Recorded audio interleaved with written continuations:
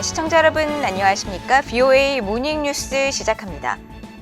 미국 의회에서 북한 문제 해결을 위한 중국의 협력 가능성에 회의적인 목소리가 더욱 커지고 있습니다.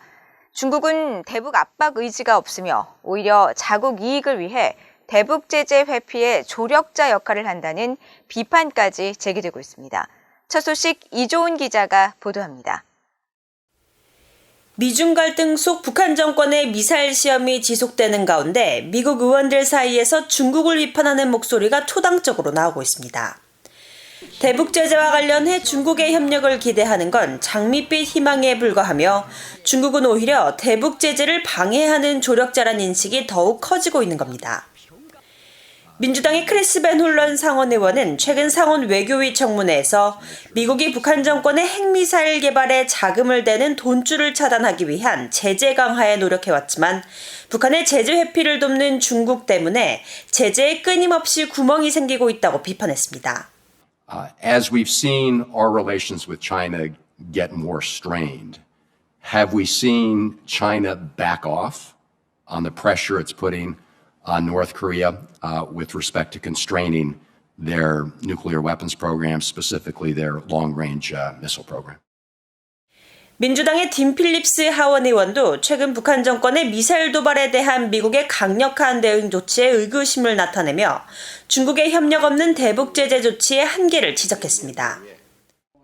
바이든 행정부는 미중 갈등 속에서도 북한 문제에 대해선 중국과 협력을 지속하겠다는 입장을 보이고 있지만 의원들은 그런 기대가 현실적인지 또는 어떤 수준까지 중국의 협력을 기대할 수 있는지에 관해 근본적 의문을 나타내고 있습니다. 상원 정보위 공화당 간사인 마르코 루비오 의원은 아예 북핵 문제 해결에 대한 중국의 적극적인 협력 가능성을 일축했습니다. 루비오 의원은 최근 워싱턴 포스트 팟캐스트에 출연해 중국이 가장 신경 쓰는 건 비핵화보다 북한의 불안정성이라는 것을 이해해야 한다며 중국은 북한 주민들이 대거 국경을 넘어오는 것을 원하지 않는다고 말했습니다. 이어 중국은 미국과 미국 동맹국들이 중국과 국경을 바로 맞대는 상황 때문에 한반도 통일을 원하지 않으며 중국은 자신들에게 유리한 실용적인 지정학적 입장으로 접근하고 있기 때문에 사실상 북핵 문제에는 관심이 없다고 주장했습니다. 하지만 중국의 기조를 바꿀 확실한 대안이 딱히 없기 때문에 중국의 대북 제재 이행을 더 강하게 압박할 수밖에 없다는 현실적 목소리도 나오고 있습니다. 하원 외교위 공화당 간사인 마이클 맥카울 의원은 연초부터 이어지고 있는 북한의 미사일 시험에 대해 북한의 핵과 탄도미사일 개발을 돕는 네트워크와 북한 정권에 최대 압박을 가해 의미 있는 대가를 치르도록 해야 한다고 강조했습니다. 반메넨데즈 상원 외교위원장도 북한 정권의 잇따른 미사일 시험에 대한 유엔의 추가 대북 제재와 관련해 중국과 러시아의 동참을 계속 촉구하고 있습니다. VOA 뉴스 이조은입니다. 미국 의원들이 곧 출범할 한국의 윤석열 정부의 새로운 도전에 대응하기 위한 미한동맹 진화의 중요성을 강조했습니다. 전문가들 사이에서는 새 한국 정부가 북한과 대화의 문을 열기 위해 위험을 감수할 필요가 있다는 주장, 또 남북교류의 기본 원칙을 세우고 정보 캠페인도 재개해야 한다는 다양한 견해가 나왔습니다. 조상진 기자가 보도합니다. 그레고리 믹스 하원 외교위원장은 최근 민간단체인 글로벌 피스 파운데이션이 주최한 포럼에 보낸 연설문을 통해 미한 동맹이 끊임없고 새로운 과제를 다루는 데 필수적이라며 양국 동맹 진화의 중요성을 강조했습니다. 믹스 위원장은 미한 동맹은 시대와 함께 진화하는 게 중요하다며 새롭고 전례 없는 위협과 도전은 미한 동맹에 훨씬 더 긴밀한 공조와 지속적인 협력을 요구한다고 밝혔습니다. 그러면서 미한일 3국 공조와 자유롭고 개방적인 인도태평양 유지를 위한 다자간 협력 강화, 북한의 비핵화와 자유롭고 통일된 한반도 추구 노력이 필요하다고 말했습니다. 화상으로 포럼에 참석한 GK 버터필드 민주당 하원 원내 부총무도 북한 정권의 위협과 중국, 새로운 도전에 대응할 수 있어야 한다고 강조했습니다.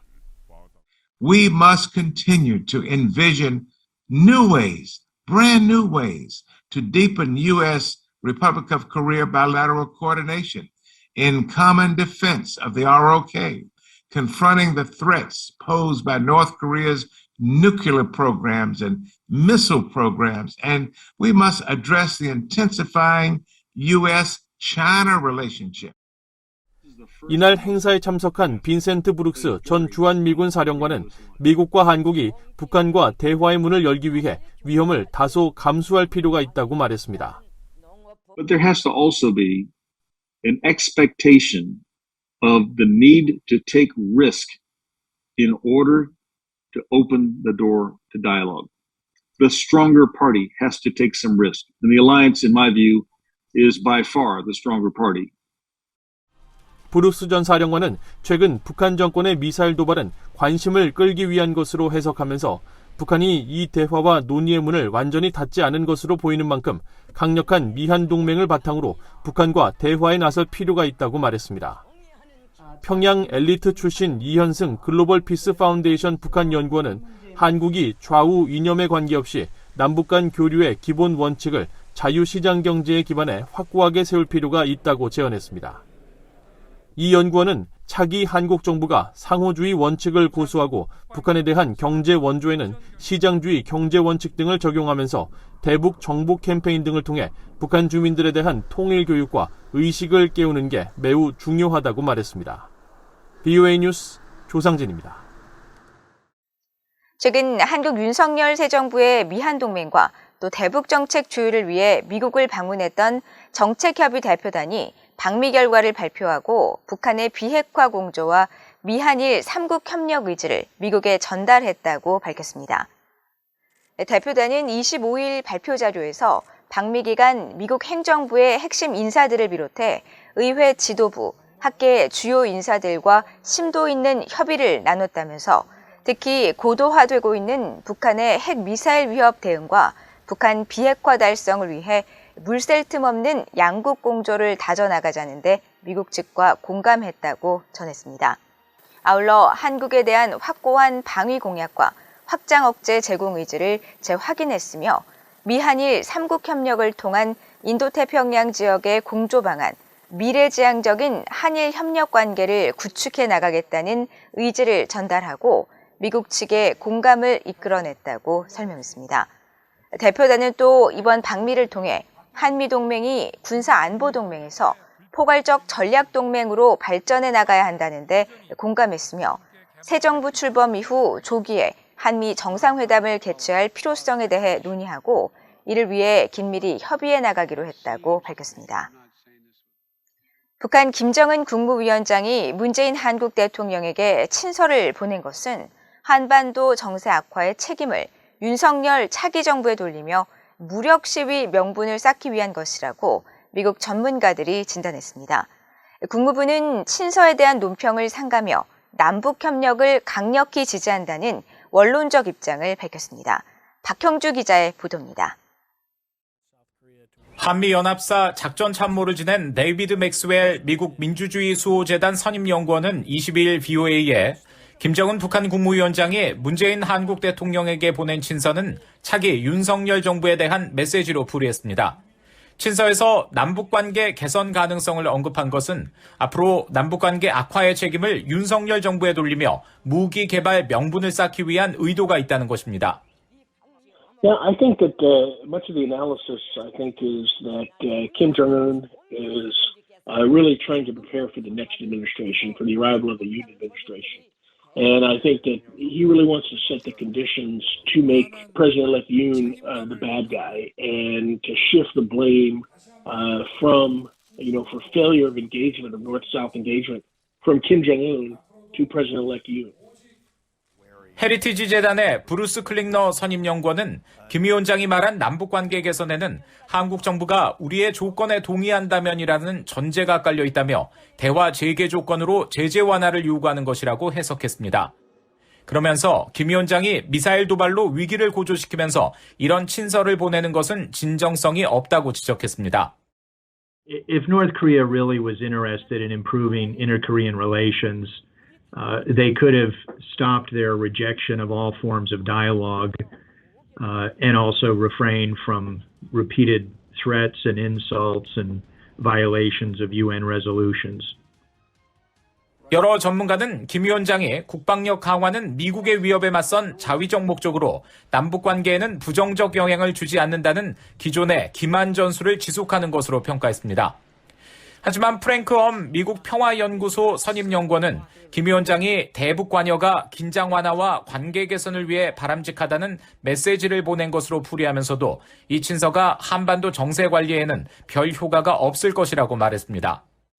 So ultimately, I don't think it's going to manage the escalating situation because I think North Korea will continue with its testing, both missile and potentially even nuclear. And I think the U.S. will continue with its sanctions enforcement as well as its very passive approach to North Korea.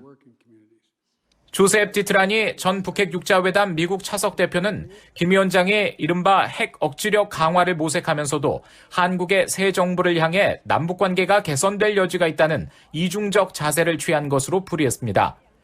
디트라니 전 대표는 그러면서 윤석열 정부는 남북 관계 개선과 북한 비핵화를 모두 이루어야 하는 도전에 놓였다며 이는 매우 어려운 과제가 될 것이라고 전망했습니다.